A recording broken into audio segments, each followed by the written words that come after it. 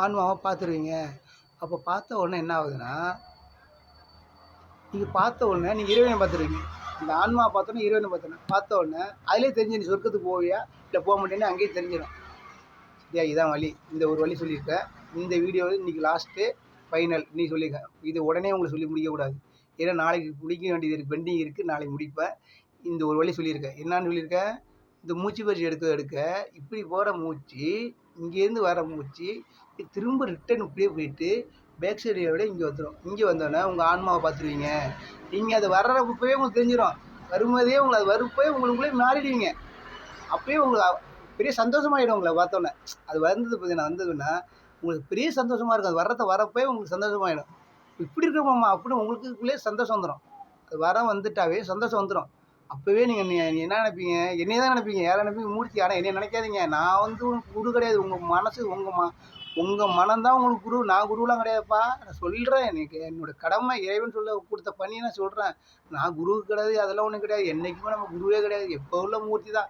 எப்போ உள்ள மூர்த்தி, எப்போ உள்ள எலக்ட்ரிஷியன், அவ்வளோதான். நமக்கு தெரிஞ்சது இதுதான், வேறு ஒன்றும் கிடையாது. நம்ம குரு சொன்னது தான் நான் உங்களுக்கு இப்போ எடுத்து சொல்கிறேன். என்னத்த அந்த குரு என்கிட்ட சொல்லிட்டு ஜீவசமயத்தை ஆகிட்டாங்க என் குரு.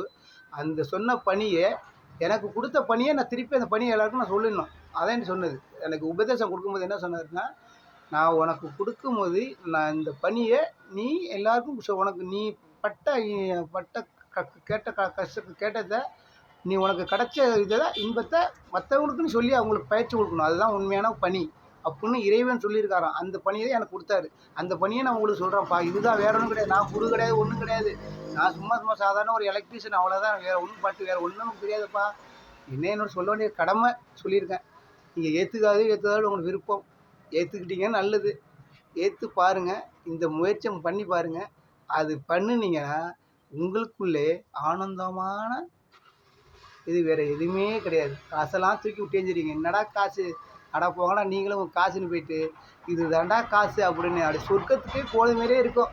சொர்க்கத்துக்கு போகாத முன்னாடியே தெரிஞ்சிடாது எப்படின்னு அந்த ஆனந்தம். அது ஒவ்வொருத்தரும் எவ்வளோ இவ்வளோலாம் உங்களுக்கு நான் எப்படிலாம் மடங்கிலாம் கேட்குறேன். ஏன் கேட்குறேன்னா, நீங்களும் இந்த இந்த இந்த இதை கேட்கணுமே, இதெல்லாம் பார்க்கணுமேன்னு எனக்கும் ஒரு ஆதாரம் தான். எல்லாருமே பார்க்கணும்.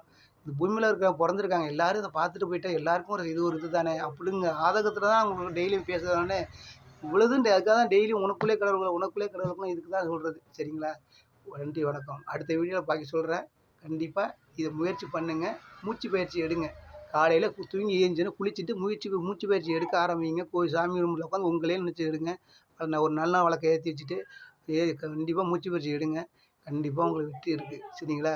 நான் சொல்கிறேன், மூர்த்தி சொல்கிறேன், கண்டிப்பாக உங்களுக்கு வெற்றி இருக்குது. நான் சொல்லலப்பா, என்னோடய ஆன்மாவும் சொல்லப்பா, இறைவன் சொல்கிறான்ப்பா. என் கையில் ஒன்றும் இல்லைப்பா. நான் குருவும் கிடையாது, அவங்கள மாதிரி தான். சரிங்களா? நன்றி, வணக்கம்.